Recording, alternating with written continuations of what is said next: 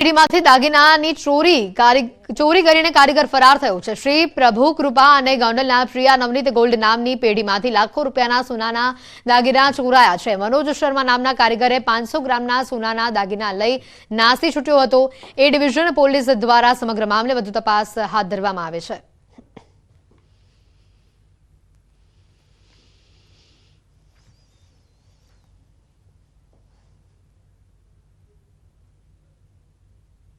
Stone fitting કરવા આપ્યું હતું 2 દિવસ કટકે એટલે એ અમને 3-4 દિવસમાં જમા કરાવી દેતો હોય। એ ગાળામાં એ લોકો જતો રહ્યો કારીગર વસ્તુ લઈને। અંદાજ 211 ગ્રામ જેવું સોનું છે। स्वास्थ्य क्षेत्रे गुजरातने मोटी भेट मळवा जई रही है। 25 फेब्रुआरीए पीएम मोदी राजकोटमां एम्स होस्पिટલનું लोकार्पण करशे।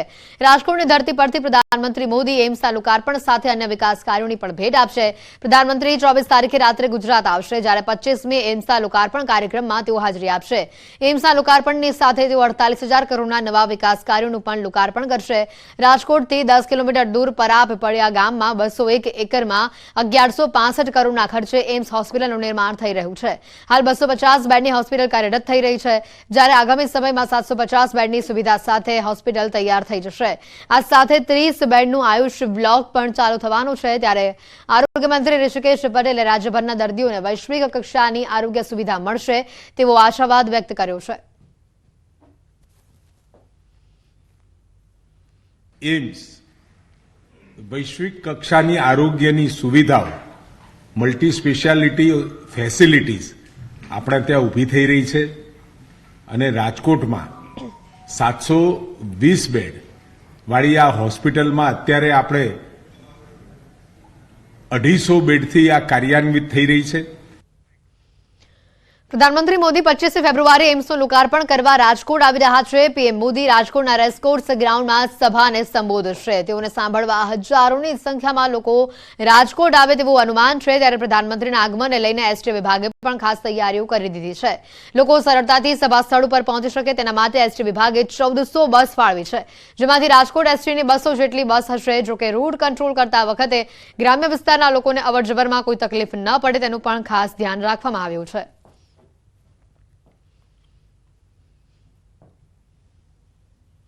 જેને ધ્યાને લઈ રાજકોટ વિભાગ દ્વારા છે તેમાં 200 બસ છે એ ફાળવવામાં આવશે। પરંતુ જે રૂટ કંટ્રોલ કરવાની વાત છે તો જે રૂટ ઉપર અન્ય બસો છે એ પેસેન્જરને મળતી હોય તેમાંથી જ આપણે બસ છે એ કંટ્રોલ કરશું। જે કોઈ ગામડાની અંદર એક જ બસ જતી હશે તો એની ખાસ તકેદારી રાખવામાં આવશે। प्रधानमंत्री नरेंद्र मोदी आगामी 25 फेब्रुआरीए राजकोट शहर में जंगी सभा ने संबोधवाना छे। त्यारे प्रधानमंत्री आ सभा में लोग सरलताथी आवी शके अने सभा पूर्ण थया बाद पोताना वतन परत फरी शके एटला माटे एसटी विभाग द्वारा पण एक विशेष आयोजन करवामां आव्युं छे, जेमां राजकोट एसटी विभाग द्वारा जे छे अलग अलग 200 बस फाळवणी करवामां आवी छे। जेमां वात करवामां आवे तो जे छे आ बसनी फाळवणी समय ए वातनुं पण ध्यान राखवामां आव्युं छे के ग्राम्य विस्तारोमां के ज्यां खूब ज ओછી बस जती होय तेवा कोई रूट कापवामां नथी आव्या। एवा रूट पर कंट्रोल करवामां आव्यो छे के ज्यां बसनी अवर जवर वधारे होय, ज्यांथी लोकोने एक रूट कपाय तो अन्य बस सरळताथी मळी शके एवा रूटनी पसंद करवामां आवी छे। हाल जे रीतना वात करवामां आवे तो राजकोट एसटी विभाग द्वारा पण प्रधानमंत्रीना कार्यक्रमने लईने विशेष तैयारीओ करवामां आवी रही छे। हाल राजकोट शहर खाते पण जे छे प्रधानमंत्रीना आगमनने लईने अलग अलग तैयारीओ पण करवामां आवी रही छे। हार्दिक जोशी, न्यूज़ 18 गुजराती, राजकोट। ઉંઝા માર્કેટ યાર્ડમાં નવા જીરાની આવકની શરૂઆત થઈ છે। ખેડૂતોને આ વર્ષે નવા જીરાના 6,000 રૂપિયા ભાવ મળી રહ્યા છે, જે ગયા વર્ષે 12,000 રૂપિયા હતા। ગત વર્ષે સારા ભાવ મળતા ગુજરાત સહિત રાજસ્થાનના મોટાભાગના ખેડૂતોએ જીરાનું વાવેતર કર્યું। પરિણામે આ વર્ષે 1.5 ગણું જીરાના વાવેતર થયું હોવાનો અંદાજ છે। વેપારીઓના મતે આગામી દિવસોમાં હજી પણ જીરાની આવકમાં સતત વધારો નોંધાશે અને જેના કારણે ભાવમાં હજી ઘટાડો થઈ શકે છે। જોકે જીરાના ભાવમાં નરમાશ આવ્યા બાદ ફરી તેજી જોવા મળશે તેવો વેપારીઓએ આશાવાદ વ્યક્ત કર્યો છે।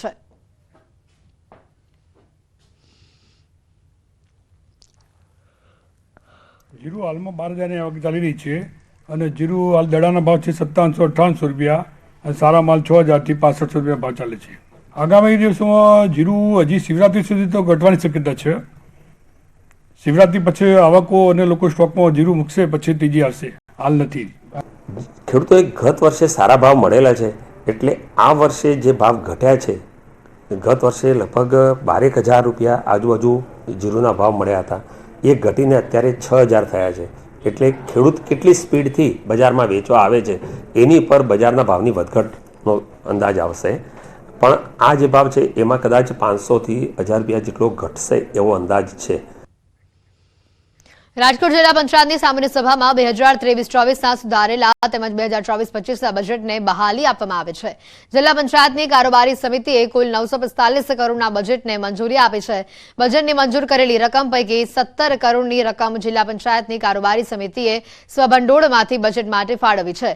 જોકે આ બજેટમાં તમામ સભ્યો તરફથી પોતાના મત વિસ્તાર માટે 11 લાખના કામો સૂચવવામાં આવ્યા હતા.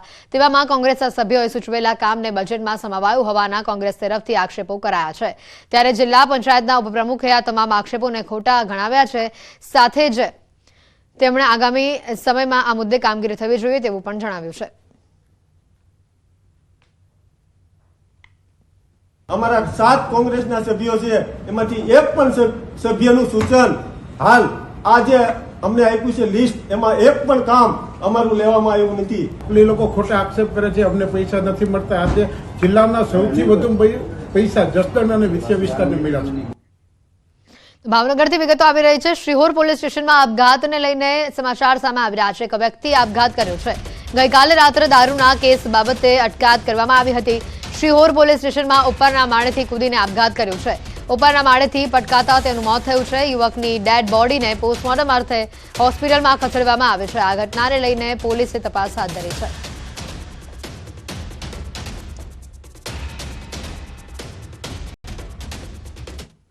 સુરેન્દ્રનગરમાં દૂધ ભરેલું ટેન્કર પલટ્યું હોવાની ઘટના સામે આવી છે. ચોટીલા રાજકોટ હાઈવે પર ટેન્કર પલટ્યું હતું. ચાણપા ગામના પાટિયા પાસે ટેન્કર પલટ્યું હતું. આસપાસના લોકો સહિત મહિલાઓ ટેન્કરમાંથી દૂધ લેવા બોટલ, બેડા, ડોલ સાથે પડાપડી કરતી પણ જોવા મળી. આ અંગેની જાણ થતાં જ પોલીસ કાફલો ઘટના સ્થળે આવી પહોંચ્યો હતો અને વધુ તપાસ હાથ ધરી હતી. સદનસીબે કોઈ જાનહાનિના બનાવ સામે આવ્યા નથી.